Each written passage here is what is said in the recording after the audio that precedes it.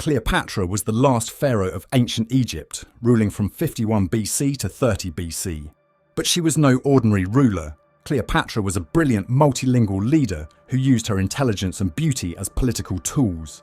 Despite her Egyptian throne, Cleopatra was actually part of the Ptolemaic Dynasty, a Macedonian Greek royal family that had ruled Egypt for nearly 300 years.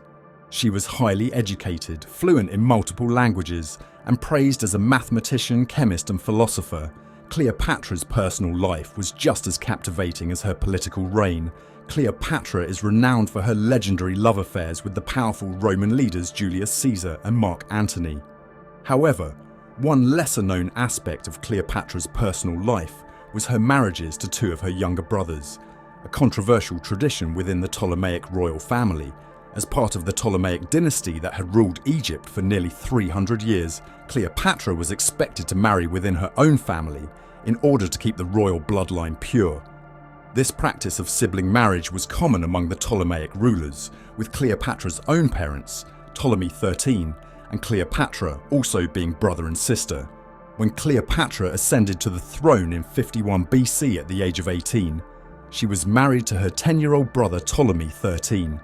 After a power struggle, she was forced to flee Egypt, only to return 2 years later with the help of Julius Caesar. Cleopatra then married her younger brother Ptolemy XIV, who was around 12 years old at the time. In order to solidify her rule, these marriages to her underage brothers were not out of love, but rather a strategic move to maintain Cleopatra's claim to the Egyptian throne according to Ptolemaic tradition. As a female ruler in a patriarchal society, Cleopatra needed to align herself with male heirs to legitimize her power. However, Cleopatra's relationships with her brothers were often contentious. She eventually had Ptolemy XIII assassinated, and Ptolemy XIV died under mysterious circumstances. She had high-profile romantic relationships with two of the most powerful men in the Roman world, Julius Caesar and Mark Antony. After meeting Caesar in 48 BC, the two became lovers. Caesar helped Cleopatra defeat her brother Ptolemy XIII and regain control of Egypt. Though Caesar was already married, he and Cleopatra continued their relationship, and she even visited him in Rome. Their son, Caesarion, was born in 47 BC. When Caesar was assassinated in 44 BC, Cleopatra allied herself with another Roman leader, Mark Antony. Cleopatra and Antony became lovers, and together they had 3 children. However, Cleopatra and Antony's alliance was ultimately no match for the rising power of Octavian, the future Roman Emperor Augustus. In 31 BC, their forces were defeated by Octavian at the Battle of Actium.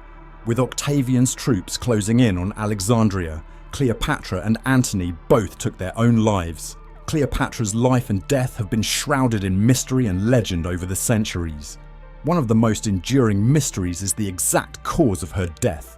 It is believed she committed suicide by allowing a poisonous snake, possibly an asp, to bite her. Contrary to her dramatic portrayals, Cleopatra was likely not the great beauty that history has painted her to be.